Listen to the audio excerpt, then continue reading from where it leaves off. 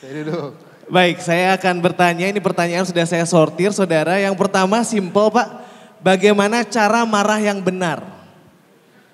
Ya, marah yang benar itu, ya ini pertanyaan sebenarnya majemuk ya. Kita harus lihat gini kondisinya. Jadi kalau marah, belajarlah marah. Saya dulu marah itu sembarangan, ngomongnya nggak karuan, tidak tepat sasaran. Saya mulai marah sama anak saya begini. Kalau kamu nadanya saja tinggi, tapi bahasanya tetap lembut. Kalau dulu bahasanya kasar. Kalau kamu lakukan itu, apa akibatnya nanti? Dia jawab, A. Menurut kamu A itu benar atau tidak? Tidak. Mau lakukan lagi? Tidak. Selesai. Kalau dulu, jangan lakukan ini. Wow, nanti begini. Kamu memang ini bikin susah aja. Wah, itu kan salah ya. Kalau sudah berkatanya aneh-aneh ya salah. Jadi marahnya tepat guna dan solutif Tepat Pak ya? guna dan harus orang itu yang menjawab. Atau anak kita yang menjawab atau orang yang menjawab. Lalu kita sana supaya kesadaran itu ada pada dirinya. Oke. Terjawab ya Bapak-Bapak ya. Yang kedua, bagaimana caranya minta maaf kepada anak dan istri tanpa kehilangan wibawa sebagai kepala keluarga? Ya, justru itu saudara. Waktu saya minta maaf sama anak saya, dia bilang gini, ini saking pahitnya. Enggak, saya mau bela diri, saya mau pukul kalian semua. Saya cuma pegang pundaknya. Saya diamkan, saya tidak berbicara panjang lebar. Saya diamkan, emosinya dulu tenang. Ketika emosinya tenang, saya cuma bilang gini.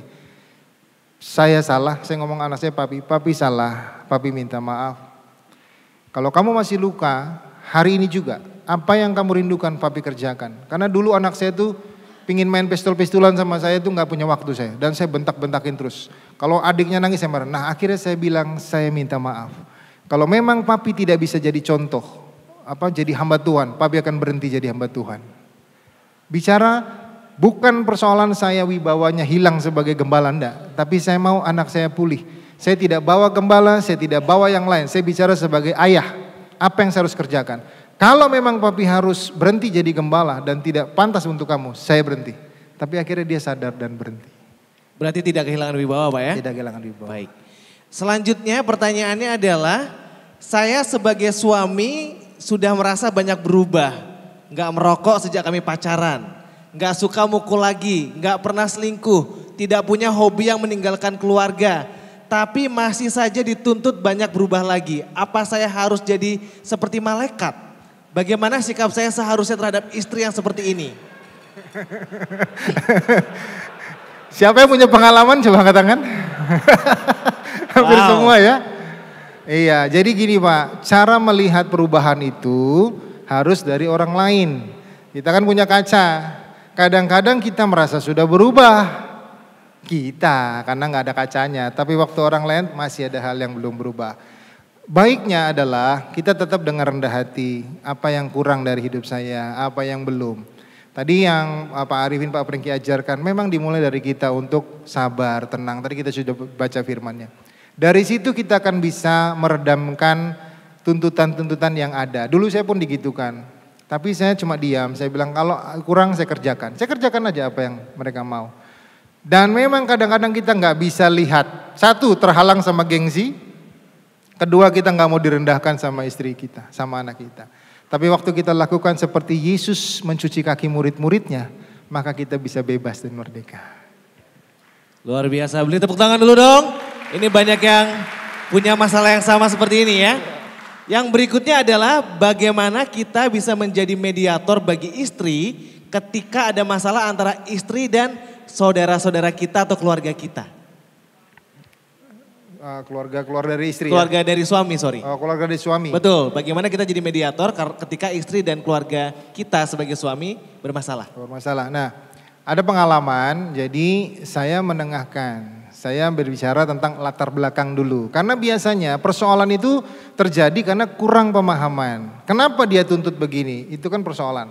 Tapi kita sebagai anak Tuhan sudah banyak baca firman, seharusnya bisa berubah. Dan mulai memahami tipe-tipe seseorang. Kalau ada orang yang belum berubah, tipenya dominan dan sebagainya, ngomongnya kasar, kita mulai pahami.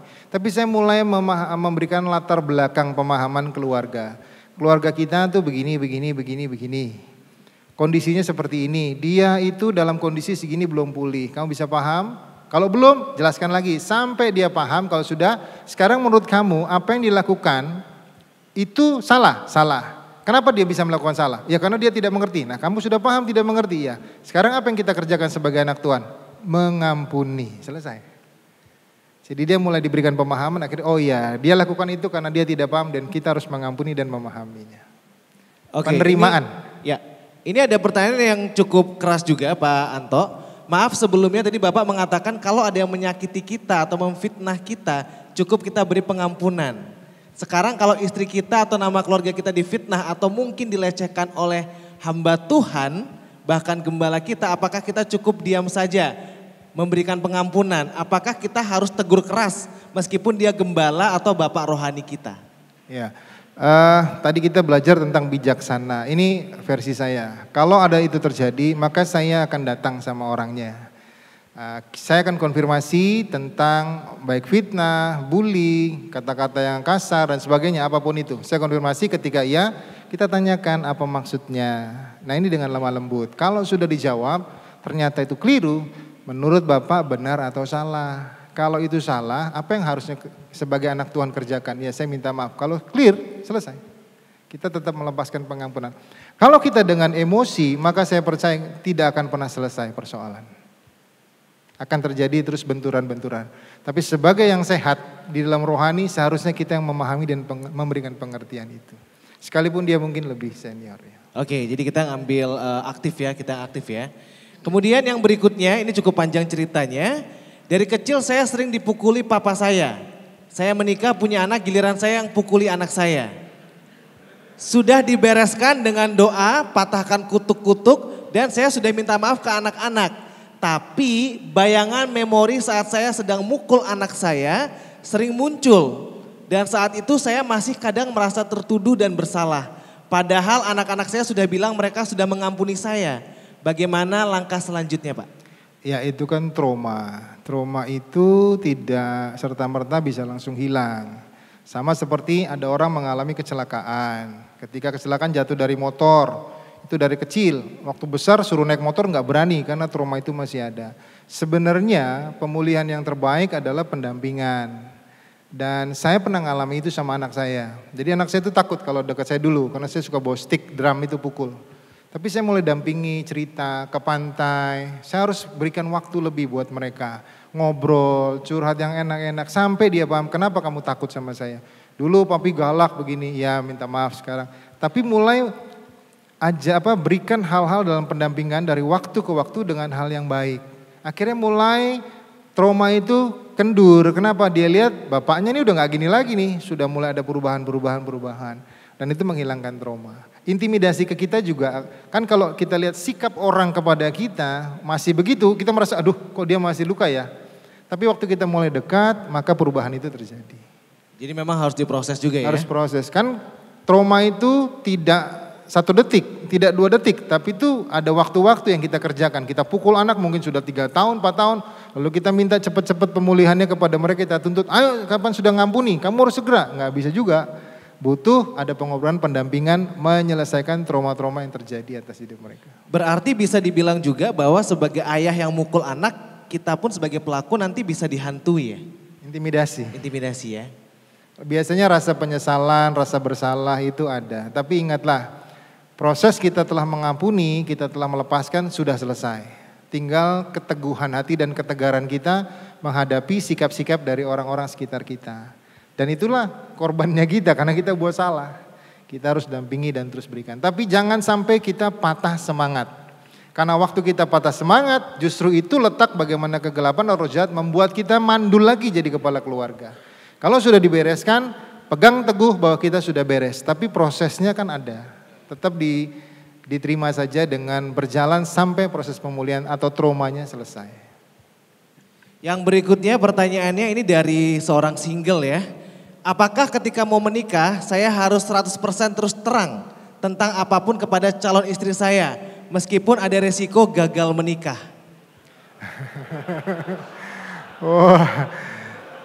Terus terang itu nggak boleh berdua. Jadi harus ada pendamping, harus ada mentor atau konselornya atau kakak rohaninya. Ceritakan dulu, ada hal-hal yang bisa dibuka secara vulgar, secara langsung, tapi ada hal-hal yang harus diberikan atau dibuka dengan pengertian dan pemahaman. Kenapa? Kalau langsung, contoh, ya saya mau menikah sama kamu, tapi kamu harus terima saya, kenapa? Wah saya ini udah seluruh dunia pakai saya, gimana kira-kira?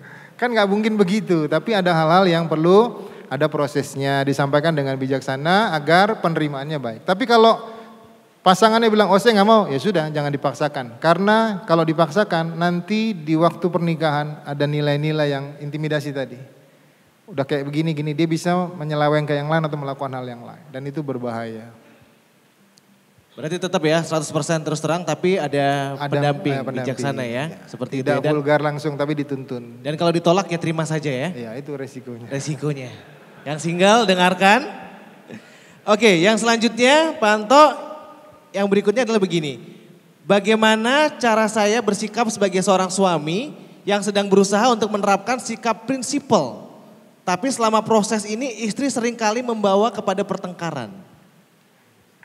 Ya, saya beberapa kali mendampingi keluarga yang sampai sekarang masih mendampingi seperti itu. Jadi seorang suami prinsipnya, waduh luar biasa, istrinya nggak begitu. Ternyata ini masalah visi tadi. Jadi Pak Franky sebutkan kalau sudah beda visi memang sulit betul. Di lapangan ini kita sudah kasih tahu masih aja ribut. Bahkan maaf ya sampai ada ring tinju di dalamnya. Itu juga kita kasih tahu memang visinya berbeda. Tapi kan kita, loh kamu sudah milih, itu juga susah, sudah masuk terjebak di dalamnya dengan visi yang berbeda. Mau tidak mau kita harus luruskan dan samakan visi itu supaya prosesnya sama. Kan itu juga berhubungan dengan tipe orang tersebut. Ada yang tipenya perfeksionis, ada yang kalau dalam power character itu merah, ungu, hijau, kuning. Nah biasanya yang paling sering bermasalah adalah ketika seorang bapak perfeksionis merah. Lalu dia mengatur keluarganya dan istrinya orang kuning gak siap. Ini yang saya alami adalah ininya geser, bapaknya marah. Tempat tisunya geser sedikit, marah. Anak-anak lari-lari, jangan lari-lari nanti rumahnya kotor senggol. Nah ini adalah prinsip-prinsip yang keliru sebenarnya. Padahal yang harus dibangun tadi Pak Franky sudah sebutkan tuh adalah relationship. Itu prinsip yang benar. Kalau sudah kepada barang dan melupakan relationship hubungan hati, biasanya persoalannya banyak. Tapi kalau relationship hati, barang boleh ditetap boleh, kalau rusak ya diganti lah gitu. Tapi ada begitu barang rusak ngamuknya luar biasa si bapak karena perfeksionis tadi. Tapi relationship harus dibangun. Jadi cara membangunnya adalah relationnya dulu dibangun. Baru mulai kepada hal-hal di sekeliling kita. Nah, kesalahannya sudah perfeksionis mengaturnya barang. Istri nggak diperhatikan, tadi Pak Arifin sudah bilang kalau nggak diperhatikan ya agak rewel nanti, agak rewel. Disuruh ini nggak mau, disuruh itu nggak mau, perlu diperhatikan. Oke itu jawabannya ya. Yang berikutnya juga nggak kalah seru pertanyaannya, bagaimana sikap kita sebagai suami kalau pasangan kita tidak sejalan dengan kita tentang perihal mengampuni orang lain? Selalu bawa kepada firman, kadang luka itu berbeda-beda. Ada yang bisa dewasa, kita bisa mengampuni. Tapi ya saya ketemu dengan banyak kasus itu ketika di konseling adalah para wanita itu lebih lama menyimpan lukanya dari para pria. Pria lebih mudah melupakan, tapi banyak sering tidak tepat janji. Tapi wanita suka menyimpan lama dan itu proses yang memang perlu pendampingan untuk harus ada mediatornya ya, supaya kesepakatan bersama melepaskan. Kalau tidak terus akan ada perdebatan. Yang satu masih nahan, yang satu sudahlah selesaikan gitu. Sudahlah dan sudahlah. Nah, berapa banyak pria yang ngomongnya gini, ya udahlah. Tapi istri nggak bisa gitu, ada nggak gitu? Ya itu yang ada banyak tuh. Itu yang menjadi persoalan-persoalan biasanya. Akhirnya tidak bisa melepaskan pengampunan bersama-sama. Karena istri masih di sini, suaminya udahlah gitu. Itu harus ada kesepakatan ya. Lagi-lagi kesepakatan ada firman mediator Tuhan, dan firman ya. Tuhan yang jadi dasarnya. Mediasinya bisa orang, bisa firman Tuhan. Kita ambil sama-sama lalu firman bilangin yuk mau nggak? Ya saya masih berat, kitanya yang ini harus turun, yang wanita agak naik sedikit. Akhirnya bersama-sama bisa melepaskan pengampunan. Yang selanjutnya ini spesifik, Shalom Bapak, menjadi bapak bagi anak remaja ke dewasa adalah hal yang sulit dan penuh dengan drama serta emosi. Bagaimana cara mencegah untuk menjadi bapak yang tidak membangkitkan amarah anak? Pencegahannya. Ya, saya waktu luka itu tahun 2016 saya ambil kuliah, waktu itu double. Jadi habis lulus teologi S1 di sini, Pak Arifin bilang, ayo lanjut S2. Saya ambil S2 MTH-nya di sini. Bersama dengan itu 2016, 2017 saya ambil kelas konseling Pak Julianto. Di situ saya juga belajar tentang bagaimana proses anak. Dan saya ambil kelasnya cukup panjang waktu itu ya, jadi 2 tahun bersama sekolahnya dan 3 tahun sertifikasinya. Jadi 5 tahun total untuk memahami tentang parenting itu. Dan kita nggak bisa kalau kita nggak belajar tentang parenting. Kalau kita belajar tentang parenting, maka kita bisa memahami apa dan bagaimana kita bertindak kepada anak saat apa dan bagaimana situasi hatinya saat itu. Supaya waktu kita berbicara tidak melukai. Ketika anak sedang marah, kita harus diam. Jangan paksakan emosi kita untuk berkata-kata kepada anak. Biarkan dia dulu diam. Waktu emosinya sudah tenang, orang kalau diam kan emosinya turun. Di saat itu kita berbicara sebagai seorang sahabat. Apa yang kamu rasakan dan sebagainya. Dan kita juga harus belajar tadi kan bersabar itu ya. Belajar tidak mengambil emosi-emosi yang berlebihan. Karena anak-anak remaja itu kan masih labil dalam pemahaman. Satu kata salah, luka dia. Dan itu saya belajar sama anak saya. Akhirnya kita harus bicara yang lembut, yang baik.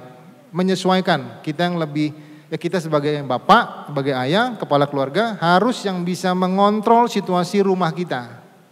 Kalau kita nggak bisa kontrol itu, iya gelombangnya naik turun gitu. Kita harus bisa membuat gelombang rumah itu yang baik, adem. Supaya bukunya Pak Roni Surga di Keluarga itu terjadi. Ya, jadi kita harus belajar tentang parenting juga. Paling tidak baca-baca buku, baca firman, bagaimana memahami situasi hati anak-anak kita. Karena memang anak remaja itu labil sekali. Kita butuh memahami pada saat apa kita harus berbicara, pada saat apa kita harus diam. Pada saat apa kita bertanya tentang prinsipnya. Kadang siapa yang punya pengalaman anak remaja kalau ditanya, menurut kamu gini? Nggak tahu. Kalau kamu gini nggak tahu. Siapa yang pernah gitu? Wah, ada juga. Anak-anak remaja kalau ditanya jawabannya nggak tahu. Anak sekarang ya. Dia sepertinya tidak punya sesuatu dalam pemikirannya. Kita perlu tuntun juga. Makanya tadi kalau ada jawaban tidak tahu, kita yang tuntun. Menurut kamu kalau gini gimana? Kalau gini gimana? Diarahkan cara pandangnya dia kepada hal-hal yang benar. Di situ baru kita berikan nasihati. Supaya kita tidak marah-marah. Karena emosi itu betul-betul mengganggu. Supaya kita nggak keduluan habis energinya juga ya Pak ya? Habis energi. Karena kalau marah-marah kan energinya cepat habis. Terkadang terpancing karena waktu dituntun masih juga begitu. Pengennya. Nah tapi redamlah itu. Karena kalau diikuti kita ada gap nanti sama anak-anak remaja. Oke, pertanyaan terakhir di sesi ini.